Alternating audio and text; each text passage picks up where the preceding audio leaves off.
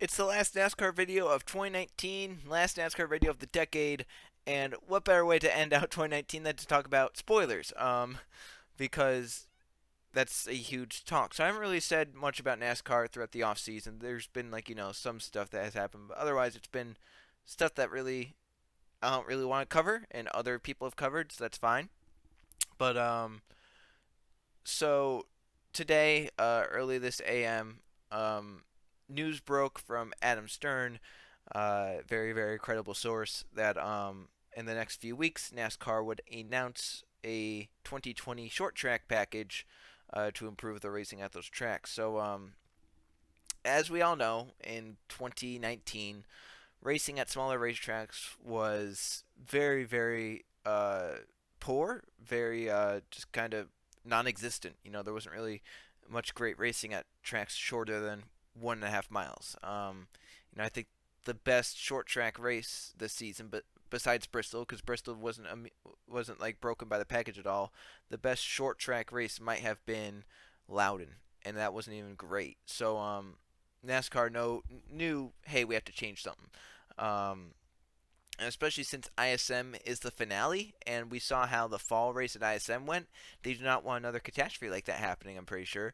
So I'm pretty sure they wanted to do something about it. So I don't know how they didn't see this coming, because a huge wall of spoiler without any horsepower at short tracks like that where you don't really draft doesn't make much sense.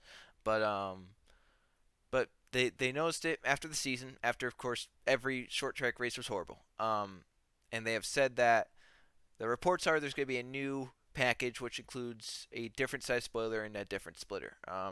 Assuming that the spoiler is going to be pretty short, the splitter is probably going to decrease downforce given off as well. So it's basically going to be a 2018 package again, 2018-2017 package where we saw some incredible short track races.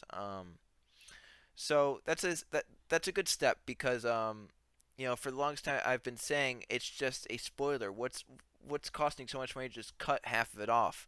And apparently it doesn't cost too much money if the teams are in to go for it. They even said that, hey, the teams are saying, yeah, we'll do it. It doesn't cost too much money. It'll improve the racing. Sure, why not?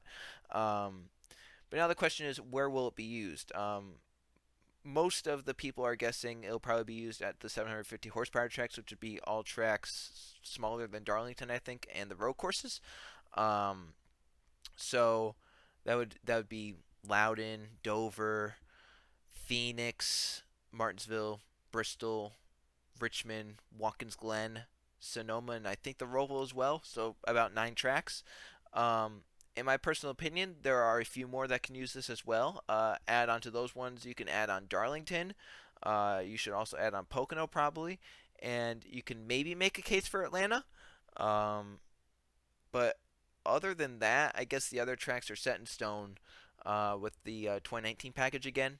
Um, Obviously, we saw good and bad to that one. Like we saw the good being Chicago and the 2019 Kansas spring race, but then we saw the bad being the 2019 Kansas fall race and both the Las Vegas races and Auto Club and to some extent Michigan. So I do wish that instead of it just being like the 750 horsepower package with the smaller spoiler, they're also looking to maybe doing it at Pocono, because Pocono hasn't really been good with it. The PJ one increased passing a little bit, but not much, and also look into it at Darlington, because in my opinion, Darlington thrives under a package where cars are out of control, and you have to control your car, and you have to be good about that. So I do believe that um, Pocono and Darlington should also be added on, but if we just get those 9 tracks I mentioned before, the short tracks and the road courses, that would also be fine too, because, hey, you improved on something from 2019, so I'll take it. I mean, they've really ruined Martinsville, they've really ruined Richmond, they really ruined Dover, and Loudon was decent, but they definitely went the step in the wrong direction. They killed ISM. I mean, ISM was a bore fest up until that point. So, that's just some news coming from today. Let's hope that's like 3 or 2 inches tall. The spoiler. I mean, anything less than 5 inches, really, that's fine by me. As long as it's smaller. I can't really stand the sight of a huge spoiler on the rear of a car. I think a smaller spoiler looks better. It looks sleeker. It makes it look faster, obviously, because it's smaller. And hopefully, if this goes well with the lower downforce, maybe they'll make a case for them to do lower downforce on the new Gen 7 car.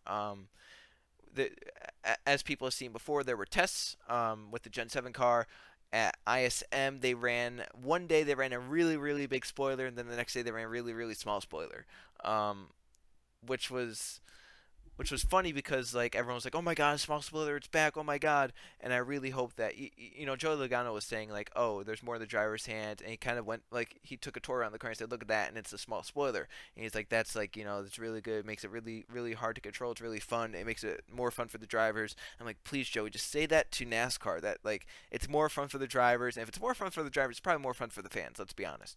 Um, so dear God, please let 2019 go well at the short tracks, and hopefully, dear God, they go and say, "Oh, maybe low downforce wasn't so bad after all," and then they go back for it. Because to be honest, the Gen 6 just isn't built for just isn't built for great racing. I'll be honest, it's just built to look good. The Gen 7 car looks like it's gonna have some pretty darn good racing. It looks like right now some of the stuff like it's off the ground, air is being distributed in a manner to where it won't ruin the car behind. It looks like the side force is maybe non-existent. If it's not non-existent, it's barely there. They got rid of the shark fin up there. I mean, the roof fin, whatever you want to call it.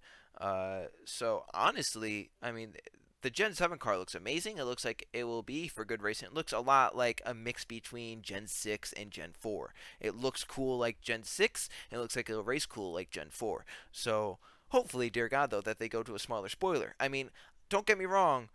I would be fine with just a 5-inch spoiler or 4-inch spoiler. I don't want some damn 8-inch spoiler on the back of the thing, okay? And, I if you go to one extreme 2-inch and one extreme 8-inch, I don't think that'll work. If you go to like 4-inch, that's right in the middle. Perfect. There you go. But that's all I really have to say. So, it looks like tiny ass spoilers are coming back.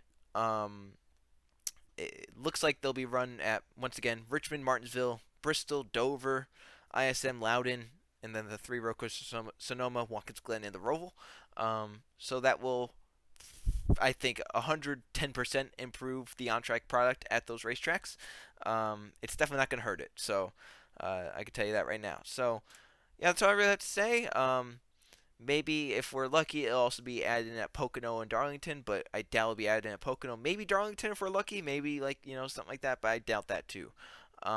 So thanks for watching. Have a happy New Year. I'll be back next year in 2020.